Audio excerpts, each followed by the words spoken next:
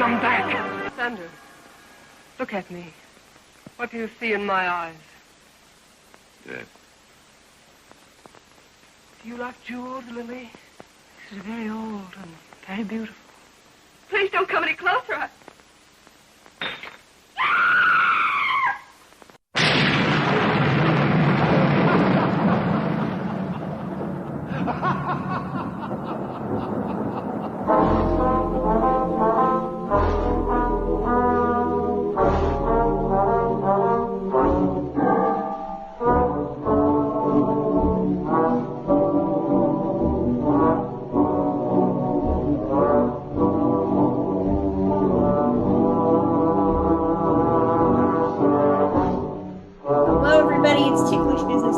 Devoted to honoring and deconstructing classic cinema. As always, I'm Kristen, joined once again by Samantha.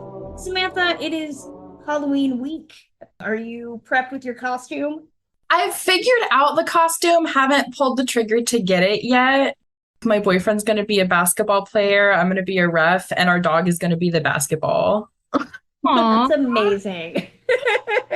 Make sure you post pics of that. You definitely Yeah, it's gonna be cute. I demand pictures. We are talking our Halloween episode about 1936's Dracula's Daughter, and we are joined by a guest that I'm so excited that she is on our Zoom with us today.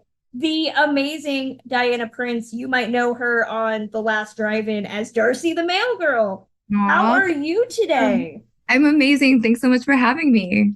I am so excited that you agreed to do this with us because I know that Joe Bob has talked about your love of Dracula's Daughter and your interest in it. This is a movie that does not seem to have as many fans as one would think for being a Dracula movie. I am surprised by that. I just want to get the word out there so more people would check it out, hopefully. For Halloween, The Last Drive-In, there's all sorts of different spooky movies. But for you, when it comes to old Hollywood, what are the movies that get you ready for Halloween? Any of the Universal is just a mandatory thing to watch. Always have to watch Frankenstein, always have to watch Dracula, and then Dracula's Daughter's in there too. You remember the first time you watched this movie? I was pretty late finding this. I had not heard about it at all. I was shocked when someone told me about it. It's like, how is there a sequel to Dracula that no one talks about? Maybe about 5 years ago. That was the first time I saw it. No, longer than that. Maybe like 8. Way late. This is 1936, directed by Lambert Hillier, with a screenplay by a bunch of different people, but it's credited to Garrett Ford, and it tells the story of the Countess Maria Zaleska, played by Gloria Holton, who is the eponymous Dracula's daughter. She decides that she wants to get rid of her vampirism by using a therapist, Jeffrey Garth, played by Otto Kruger, but the vampire in her takes over and things go a bit haywire. Samantha, when did you discover this? Do you remember the first time you saw this? I actually watched the movie for the first time this week in doing research for the episode. Yeah, this is a new discovery for me. I definitely consider myself pretty well versed with Universal. It's just, I'm more well versed with the originals. I know we've talked before, Mystery of the Wax Museum is my all-time favorite horror movie. Right. And I watch all the ones with Fay Wray, really the 30s. So it is crazy that I haven't gotten to see Dracula's Daughter. I guess it's more the sequels and when you get into the 40s with Abbott and Costello that I'm not as familiar with. So this is on the precipice of that. This is the halfway point. You have one cast member from the original Dracula movie, but everybody else has changed. And they say it's a high budget, but it still, to me, comes off as a little bit more of what you would see in the 40s when it came to Universal and what they had to offer. But the first time that I heard about the movie was through you, Kristen, when we did our top 3 discoveries of the year a few years ago. I knew as soon as you described this movie and everything that it offered, I was like, okay, I have to see this. But I hadn't even seen the original Dracula yet when you said that. I was so late to the Dracula movies because I was just really digging my heels. I'm a huge Boris Karloff fan. I have a massive crush on him. So I was like, anything Bela Lugosi in is not going to compare. I knew he was not going to be as good. I was like, okay, Boris Karloff can play anything. Bela Lugosi's just known for this one thing. I don't know. I liked Dracula. I only saw that for the first time a couple years ago, and now I'm finally getting around to Dracula's Daughter, and I have thoughts. We have thoughts. I actually found out about this through Vito Russo's documentary, The Celluloid Closet, which I had not heard that there was a Dracula movie that involved lesbianism, which was something where if you're a burgeoning film fan and you want to learn about film history, watching that as an 18-year-old and being like, what? This is a movie about lesbian vampires? What's going on? And then I watched it. It's not. I mean, well, it isn't. Exactly. That kind of bothers me that it's pitched that, and it's fine if you want to read that into it. There's a scene in it. Yeah. A sexy scene with some sexual tension if you want to look at it that way. It's overhyped as a lesbian film for sure. I'm excited to get into that because that is the movie's unfortunately big claim to fame, is that, oh, it's got this subtext and this queer coding, which I love deconstructing and looking at the way that movies did get around the code, whether that was through coding about excess sexuality or just outright sex or all of these other things. But when you actually watch the movie, and Vito Russo's doc is a groundbreaking doc about queer coding in old Hollywood, but you're going to be a bit disappointed watching this movie thinking that it's going to be this real groundbreaker in 1936. I would love for it to be remade and be full on lesbian. Yeah, I agree with that. I think that needs to happen. That would be wonderful. It's just if you're going in for that, then you're going to be disappointed for sure. To revisit the movie now that we know so much about actual decent representation and to watch it in context, started watching it and noticing how thin the plot is. It's barely an hour movie. It's a very, very small runtime. And a lot of that's because this movie had an utterly bonkers production. They were trying to do a film called Dracula's Guest, which is a chapter that's excised from Stoker's original novel. They released it as a short story after Stoker's death in 1914, and MGM, David O. Selznick specifically, bought the rights in 1933 from Joe Bob's favorite person, Florence Stoker, and she sold it to them. The story is that MGM only bought it to screw with Universal because they knew this was the only thing they could get rights to, and essentially Universal had to pay out the nose to buy the movie rights from Selznick. The addendum was they could purchase the rights, but they only had until 1936, February of 36, to make the movie. And they started filming this without a finished script. And I feel like you can tell that that is how this movie was made, just incredibly quickly with very little script to it, because a movie with a title like Dracula's Daughter, Gloria Holton playing Countess Zelenska, I felt there would be more power to her as a character. She just shows up as this Athena-esque conception of a character, and everybody's afraid of her being related to Dracula, but they really just think Dracula's back. It has nothing to do with her being a woman. It's just they think he's come back. To read some of the other script ideas that they had, which we can talk about in a second, this movie was originally touted as far more in the Dracula mythos and also way kinkier than the actual finished product. I know there was a script where she was a dom, which would have been... she had whips and chains and all of this in a room. I want that version. You need a lesbian dominatrix version. They were saying at one point James Whale, who directed Frankenstein, didn't want to make this movie. They went to him because he had success, and they were like, well, you're going to make this film, and he really didn't want to. And the rumor is that he was telling the screenwriter to write more and more weird stuff so that they won't make this movie if they think the scripts are utterly crazy. And I'd like to think that that was James Whale. I'd love to think that that was something he had planned on. I've heard a bunch of different rumors about that. Let's go with that because it's the most fun version. But I've heard it was just more of a schedule, like it's not going to work out kind of thing. Yeah. You also have the production code at that point is definitely not going to allow anything fun. It's probably something more boring. Not worth my time. Yes. Even despite the production code, there are really some sensational moments in this film, though, that even surprised me. I know you guys said you were disappointed by the lack of lesbianism, as am I. But that being said, if someone tells me, hey, there's a movie from the 30s that has tons of lesbianism in it, aside from maybe Queen Christina, I'm going to think there's not very much lesbianism in it. So it almost surprised me how obvious it was, the little that was there. She's literally stripping in front of this woman. There's really no other way to read it in that scene. And even though it's one scene, it's really well acted. I really, more than anybody, watched this film for Nan Gray because we had already recorded episodes about her. I was a pretty big fan of hers. Her performance is so good. It's an hour. She only has one scene. It's really worth watching just for her performance alone. I didn't know what to expect with Gloria Holton and her performance, but it was better than I expected too. They definitely could have done a lot more with her and really pushed the daughter of Dracula thing, because I don't think she even admits that she's the daughter of Dracula until 2/3 into the film. We know that she is, but they definitely could have been like, I am the daughter of Dracula, and carried that through the movie.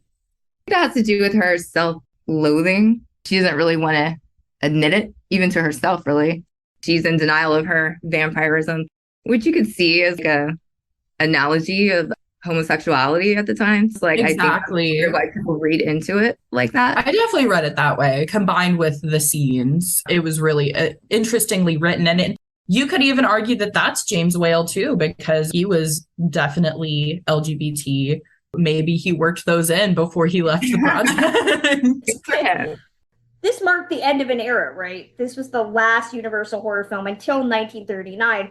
By 1936, the Lemleys, who had created the Universal monster concept, were out of control of Universal. They were ousted out. And so they said the new head of Universal at that time just didn't care about monster movies, and this was it. Until they brought it back in 1939 with Son of Frankenstein, which is an interesting comparison because Son of Frankenstein kind of is the same as Dracula's daughter in the sense that you both feature characters that are children of the prominent villains of those respective films. And yet, Son of Frankenstein is more of a comedy.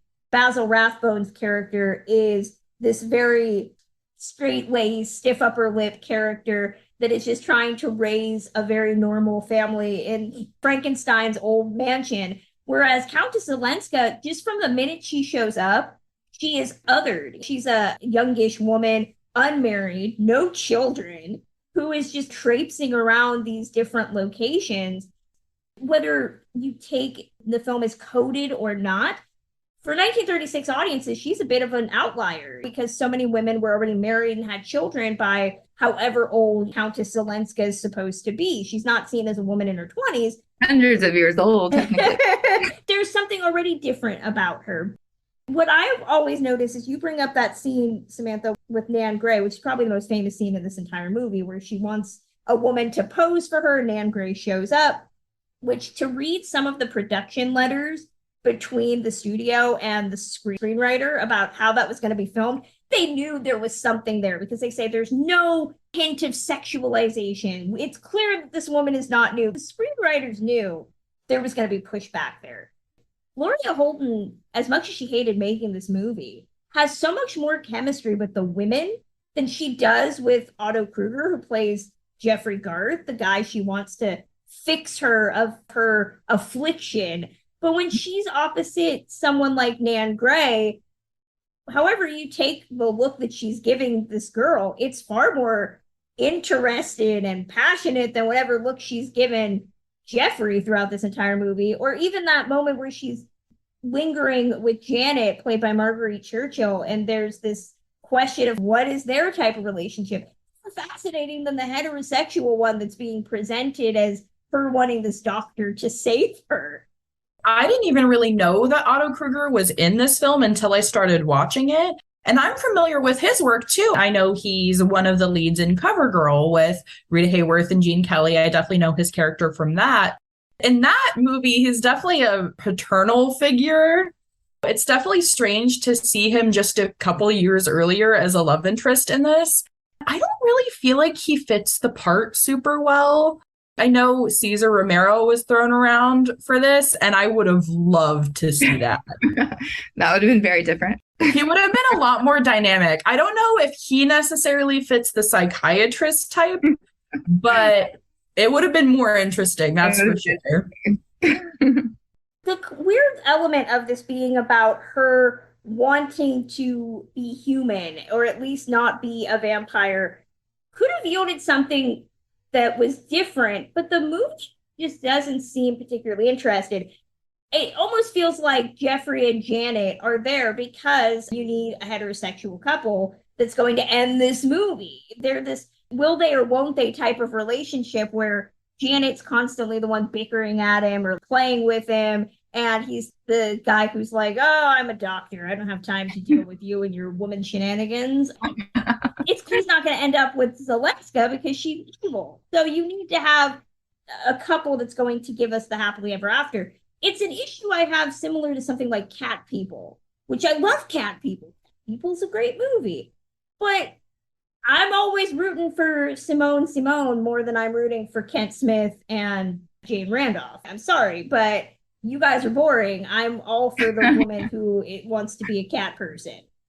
I didn't even really care for Janet in this movie at all. And I think they totally gloss over the fact that she's his employee. I love Janet. But go ahead. Their dynamic is so strange. And you're right. It's a lot of henpecking, a lot of bickering, a lot of back and forth between the two. It doesn't even seem like a will they or won't they. It's just maybe you should fire her and get out of this situation. That's true. Them together is not the best, but Janet herself is just so fun and playful that she adds life to it. I love her. She's the hidden MVP of this movie. Janet's a lot like a Glenda Farrell, almost, like in Wax Museum, Samantha. You needed to have a woman with moxie in the 30s. Yes. That's a good word. It's a word that does not get utilized. I do not get to drop it as often as I should on this podcast. Perfect. Good use of moxie. and I almost wish that she had been center stage trying to detect what's going on with this type of relationship, because no disrespect to Otto Kruger, I thought he was just he's a doctor. He's the psychiatrist. I would agree with that. That's why I want Cesar Romero. I think he would have been way more interesting, at least, if nothing else. To look at all of the different production aspects that went into the scripting here, I have to wonder if a lot of this was because the script just was not where it needed to be. The earliest screenplay for this was in 1935. It starts out in the 14th century, and it focuses on two engaged couples who go to Transylvania. They explore Dracula's castle. One goes mad, the other one goes missing, and you get the Von Helsing character, played by Edward Van Sloan, who is summoned, and he tracks the character to London, and he is essentially named in the script Countess Zelensky's right-hand man, the Sandor character. The British Board of Film Censors rejected it, saying that, quote, Dracula's daughter would require half a dozen languages to adequately express its beastliness. I don't know what was so beastly in that script, but it certainly sounds more intriguing. And you have to connect it back in some way to Dracula. This movie starts with the Von Helsing character. Okay, this is clearly, we're going to go back to the beginning. It starts with a recap of what happened in Dracula, and yet we don't do anything with it. One of the things that I love about the beginning and the recap part of it is when you're watching a movie like Dracula, you don't really think about how is everyone going to explain all of these dead bodies? Who is going to get arrested for this? If you say, oh, he was a vampire, I had to stake him through the heart, is anyone going to believe you? Is that going to be like a viable defense in court? Are you going to be acquitted? This movie asks those questions, which I love, if nothing else. I always look at this as like the Halloween 2 of Dracula, direct continuation, but not at all like it. Don't get me wrong.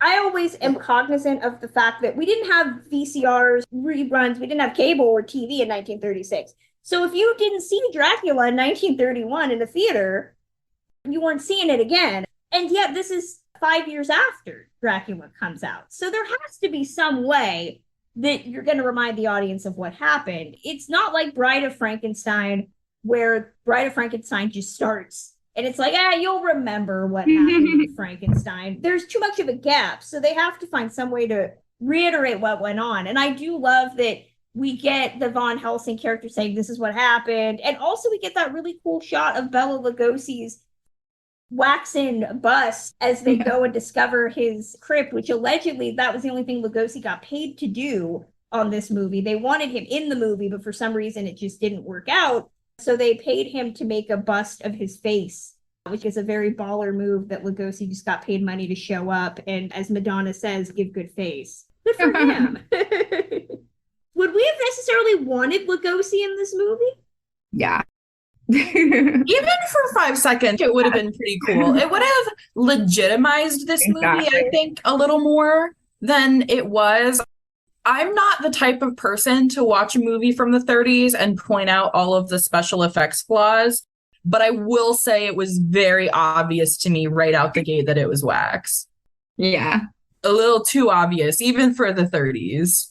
Legitimize is the word for it. Him not being there, it just separates it. If he's even there, just dead. It's the difference between a nice Bride of Frankenstein-esque sequel and a B sequel where they just threw the name Dracula in with some random actors. Totally. That's what it feels like for sure. Bad thing necessarily. It's just not that. Hi everyone, Kristen here. Like what you're hearing? Then consider supporting us via Patreon, like Ticklish Biz fans Beverly, Denisha Herrera, and Peter Blitzstein. You get access to exclusive content, including 2 Patreon-only series, merchandise, and special gifts. You can even be a guest on a future episode. We've also revamped our tiers and are over halfway to compelling Samantha to watch either The Godfather or Little Women, as well as episodes devoted to the 1976 biopic Gable and Lombard, It's a Howler, and the 1970 weepy Love Story. All your support goes right back into making Ticklish Business the premier podcast for classic film lovers. That's patreon.com/ticklishbiz. Now, back to the show. Bela Lugosi looms so large in this movie. That was the big reason that Gloria Holton allegedly hated making it. She didn't want to be typecast like Bela Lugosi was playing vampire characters. And I want to say that one of the reviews I read was like that aids in her character being so self-loathing is her disdain for the movie that she's making. Always get her confused with Judith Anderson, who was Mrs. Danvers in Rebecca, because both of them are very statuesque, raven-haired beauties. Gloria Holton really does make this movie as much as she disliked making it, because she's really the only one that stands out. Aesthetically, because she wears all black. She's got some beautiful costumes. She's got that dark hair, those penetrating eyes. Everybody else just looks like they're from 1936. There's nothing really distinctive about them, looks-wise. But I think at the same time, even though the script does not break down what being Dracula's daughter means, you know what that means to her. The self-loathing that is mentioned, she really plays that character as like, I'm bearing this horrific burden, not just of being a vampire and being 500 some odd years old, but also having a horrible, horrible vampire father that killed a ton of people. The weight that she's carrying while also being able to pull off some great 1936 costumes is astounding. You have a lot of the homoerotic subtext in a lot of these scenes where she's concealing her identity. It deals with a lot of deeper issues if you're willing to read that far into it. As someone who struggled with addiction, I feel like you could watch a lot of these scenes of her being like, I don't want to give into the darkness, as some kind of metaphor for that. And I think she plays that extremely well for the 30s. I really love her performance in that respect. I was surprised. Like I said, I didn't know going in what to expect with her. Because again, I regarded this as a B sequel type of film, and I didn't know what performances we were going to get out of these actors. But Gloria Holton definitely blew me away. They could have done a lot more with her to make her more dynamic in the script. But with what she was given, she did a really good job. She did an amazing job. You can't stop looking at her. She draws you in definitely. So much. She's very powerful. Not quite the word I want, but I think you get what I'm saying. She owns it so hard. Even if she doesn't want to. It's intimidating. But she also opens herself up and makes herself so vulnerable, talking about her loneliness and talking about what she's struggling with, which I think is really great. While still seeming so strong at the same time. And scary. Yes, it's an amazing performance, honestly. It's a lot of weight to carry. It's so sad to me that she didn't embrace it, because she could have made this a whole career. Like she could be known up there with Lugosi, maybe not at the time, probably because she's female, not get the same love. But as far as us now appreciating her work and stuff, she should be known a lot more than she is. It's always surprising to me when Halloween comes around and Universal trots out their monsters. And really the only woman is the Bride of Frankenstein, which Yes. Oh, I sorry. get it. I have thoughts Also, about that. the look is great. It's iconic, but at the same time, the Bride of Frankenstein, no disrespect to Elsa Lanchester, who's great, but she comes into the end of Bride of Frankenstein. Her and the monster are not suited for each other, and it's a tragic love story. Whereas Countess Olenska is her own woman, damn it. Yeah. She is anchoring her movie. The movie's not called Dracula's Offspring. It's Dracula's Daughters. Yes. You want that to carry some weight. So I'm a letter to Universal, just being like, where's our Countess Olenska character? I want to see her in the theme park. Diana, you're a big cosplayer, of course. We see it every week on The Last Drive-In. Countess Olenska, future cosplay idea? Oh my God, yes. I just would wear her outfit, the one with head to toe. We just see her eyes poking out. I would just wear that to the store. I want her ring, her hypnotizing ring. Okay. The ring I don't get. Cool that it's hypnotizing and all, but it is ugly. If I was the costumer, I would not have picked that old lady ring. It's not intimidating. I feel like seeing it in color would make a difference. We don't know what color it was. It just looks so beige and boring. I don't know. It's not what I would have chosen. It only works because she has all the black against it. But if she's just had a normal outfit and you saw this ring, you'd be like, what's that? Do like a bejeweled timepiece or something. Make it unique. And also, they weren't super consistent with the hypnotizing powers because in the scene, the famous scene where she's getting the posing done, they seem like you're hypnotizing her, but she doesn't really act that way. She's still like, get away from me and screaming, and it didn't work very well. That's an element that I noticed that I really dislike the feminizing of it, because in Dracula hypnotizes, he's got that piercing gaze, right? They have the camera close up on his eyes. Sometimes you get that famous scene where he's got the hand out and the eyes, but it doesn't need jewelry to do it. And I feel like that was a dude in 1936 that was sitting there like, we can't let her hypnotize people. So what are we going to do? What if we gave her like some girly thing would be able to hypnotize them? A ring. God, like, love jewelry. I could just see some 1936 dude chain smoking at a desk being like, women love jewelry. I gotta give them guff for that. I feel like that goes right into how they could have made her more dynamic as a character. That's just one of several examples, I'm sure, that we could think of if we sat around here long enough.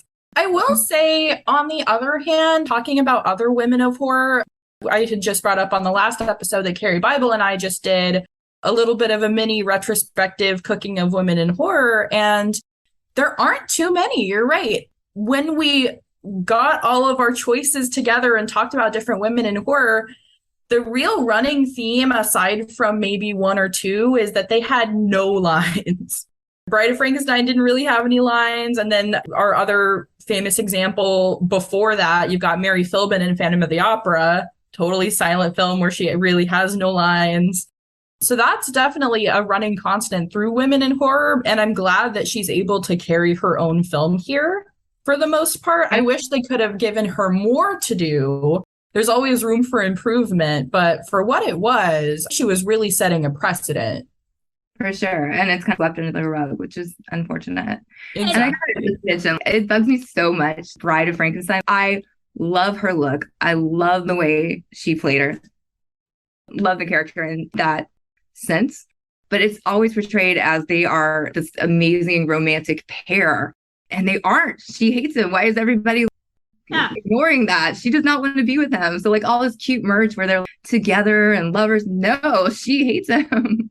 Not only that, she only appears in the last 5 minutes of the movie and just stands there and screams. And says, no, don't want this. And it's such a shame. And this is something that I talked about last week. I love Elsa Lanchester. And one of the things that I find most distinct about her is her voice.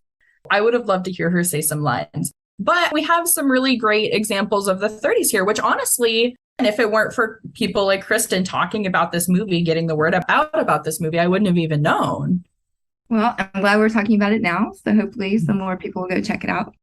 Something to remember. This was only Gloria Holton's second credited film ever. Her third movie ever. She was in one film uncredited as a party guest, but she also did Wife versus Secretary, the Clark Gable, Jean Harlow, Myrna Loy rom-com the same year this came out, a couple months earlier.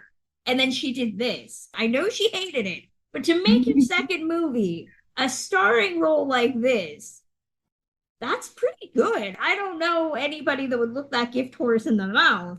Come on, Gloria. Could have done worse. Know. Embrace it. It's so sad, honestly. There's so many people, women especially, that just don't embrace their horror backgrounds that we consider icons that won't get into much. But I just want people to see how amazing it is to get to be part of that. And I feel like if she's around now, she'd appreciate it. She'd be at cons and we'd all let her know that we love her. But back then, horror was super looked down on and it wasn't like a bragging right. And that's so sad to me. She worked fairly consistently after that. It doesn't look like she ever did another horror film. She generally did a lot of dramas, some westerns, a lot of romantic comedies, usually playing third or fourth build. She did more than one movie with Shirley Temple. I don't know if necessarily the rest of her career lives up to. Yeah, this is the role that, for better or worse, defines her. And I think you could be defined by a lot worse. I know. Oh, she just embodies it so well. Like, she is so good in this. I will say the silver lining of it is Nan Gray and the fact that she went on to do more horror. I love that for her. And I think she embodies the perfect stereotypical scream queen in this. Some girl power moving forward in horror. I consider that a win. We'll take it. I do want to throw out, speaking of that scene between Nan Gray and Gloria Holden, just to hear the amount of different people going back and forth on whether that scene is queer-coded or not. It says more about the people writing about the movie than it does necessarily the movie itself. So Vito Russo's whole thing, when he brought up the movie Subtext in the Celluloid Closet, he brought up that its original advertising used the tagline, "Save the Women of London from Dracula's Daughter," which, okay, that's certainly something. The New York World Telegram noted that the Countess had a tendency to wander around, quote, giving the eye to sweet young girls. But then the New York Times' review totally missed that element entirely and said, don't bring your kids to see it. But then Entertainment Weekly later described the film at some point, the scene between the Countess and Nan Gray's Lily, as, quote, so hot, it's impossible to imagine how it ever got past 30 censors. What? I don't know what people are watching. They have a different set than I do. I definitely am the first person to say homoeroticism. I love seeing it in classic film, but not everything is Ben-Hur, where it's just so overt. It does have queer coding. It's certainly very dated to 1936. The concept is she's predatory. If you're reading it as queer coding, then it's not positive. For sure. They're vampires that are coming to take your women. That's definitely an element that, sure, if we're charting a trajectory from classic film to today, we've only gotten better in terms of the depictions of the LGBTQ community in horror and other genres. That Entertainment Weekly review to be like, oh, it's so hot. No, I think that says more about you writing it than it does the actual scene. You know, watch Nan Gray when she pulls her straps down and you just see her bare shoulders.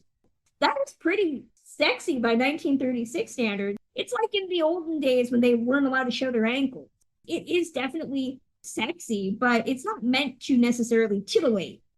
The 30s is my favorite decade. I watch so many 30s films. So I would say by 1930s standards, this is a lot. And whether you want to read it as queer or not, just the visuals, I am very surprised got past the censors in 1936. So, right, even if it has a queer reading, even if that was intentional, it's negative, which isn't great. But it's definitely something that should be pulled out and studied for that reason, too, just because for the time, I do think it was definitely unique. His frustration is that this movie has not been remade in the sense that nobody's even attempted. This is Hollywood. We remake everything, okay? And we've made no effort to remake this. Even when Universal announced Rest in Peace, the Dark Universe series of movies, which not all of them were, okay, most of them were not good. But the fact that we didn't even consider putting this movie in the bevy of movies that were greenlit, it just frustrates me. It makes me sad because we need more women. Are you telling me that the only woman we're ever going to get in this Universal horror franchise is The Bride of Frankenstein? I demand we reconsider this. If the Dark Universe ever comes back, I want it to have some type of remake of this movie. That still works. We have a new Hellraiser movie out. Yes. I definitely agree. As we're going over this, in the back of my head, like, how can I remake this low budget? What can I do to get around it? Could it be a fan film? Could I not use the word Dracula? Because I really have some ideas for this, and it's really scary because I want it.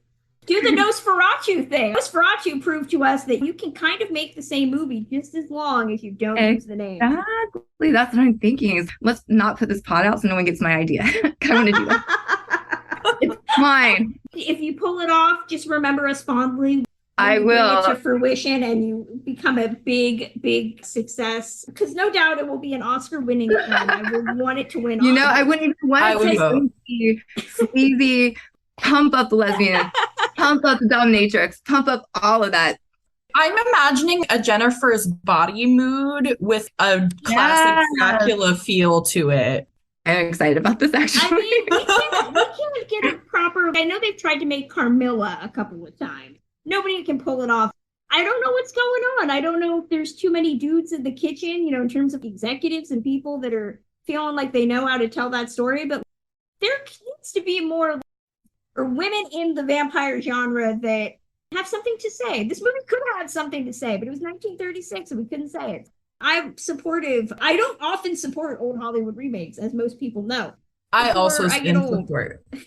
You bring up the Dark Universe, and I feel like that's such an interesting point because I feel like these modern studios, they're really pulling at the same movies over and over again. The fact that they would rather take a script like The Invisible Man, take an idea like that and gender bend it and turn it into The Invisible Woman, and then take a genuine, already most heavily female script that's great or has great room for improvement, that says a lot about Hollywood. You've got perfect stories right here, just ready to be made, but instead you'd rather just change this one all around. I don't understand it. I would have rather had someone do a remake of this film with some badass women than have them remake The Invisible Man like they had intended with Johnny Depp or something. I don't know. Exactly. Yeah, I would much rather have this than another Mummy with Tom Cruise. This is your reminder that the Mummy with Tom Cruise is awful. And that it exists because I already forgot it existed. I love Tom Cruise and I love the Mummy, so I have a soft spot for it. It takes all kinds. That's why we do this show, to remind people that even a bad remake can lead you to a good classic film. True. Very true. There's that. Final thoughts on Dracula's Daughter. It's worth a watch. I stand by my thoughts that it's definitely a movie that feels like it was rushed out with very little script. But lack of women in the Universal canon, Gloria Holton's performance, the coding, whether you want to take it as queer or not, all of it makes it far more memorable than it has any right to be. I appreciate it for that. Diana, where do you fall on Dracula's Daughter? Pretty much the same. It's beautiful. I love the atmosphere. It's a good movie to put on and just get lost in for a while. So definitely, if you haven't seen it, I definitely beg you to go check it out. It's on for yourself. Samantha, what about you? It definitely blew my expectations out of the water, honestly, as far as what I expected. Gloria Holton's performance is great. Like you say, the script could have been better. She could have really put her full force into it if the script had been better. But for what it is, she's great. We'll say Nan Gray and Selling Blue in the face, but I just love that scene so much, and I love her whole role in it so much. I think it's worth watching just for that alone. I really do. You can let us know your thoughts on Dracula's Daughter. Get in touch with us on all social media platforms. Let us know what you think. I'm so honored that you were able to come on the show and talk to us about this movie and tell people that they should definitely go see it. I second this. Where can fans find you online? Feel free to let them know about anything that is coming up. I'm not a big promoter, but we do have the Halloween special. I'm not supposed to talk about it yet. Elvira and Jill Sholin are on the Halloween special, two of my all-time favorite women of horror. So this is a big one for me. Yay, check that out. Yes, on Shudder. It's on Friday. October 21st is when it debuts, and then after that, it's on demand. But if you watch the live feed, tweet along with us. It'll be fun. I will be there. I always watch live. So we get yay. extra credit when people watch it live. So if you want to give your Twitter. Yeah, Twitter, kinky_horror. Instagram, Diana Prince XO, and TikTok, I hate because they censor me so much. But I'm Darcy the Mail Girl on there. That's going to close out this edition of Ticklish Business. As always, we are on all social media platforms, Twitter at ticklish_biz, as well as Instagram and TikTok at ticklishbiz. You can find me over at journeys_film. Please consider pre-ordering my new book from TCM and Running Press, but have you read the book? You can find it wherever you buy books. It'll be out March 7th. It's going to talk about a lot of classic film, old Hollywood film adaptations, including some great Universal films that I can't think of right now, but I'm sure it'll be awesome. So, Samantha, where are you on the interwebs? You can mostly find me at Classic Film Geek on Twitter. I'm always posting film reviews, recipes. You can find my blog at musingsofaClassicFilmaddict.com, and you can find my Cooking with the Stars posts over at Classic Movie Hub. And you can find us on all podcast platforms, including Spotify and Apple Podcasts.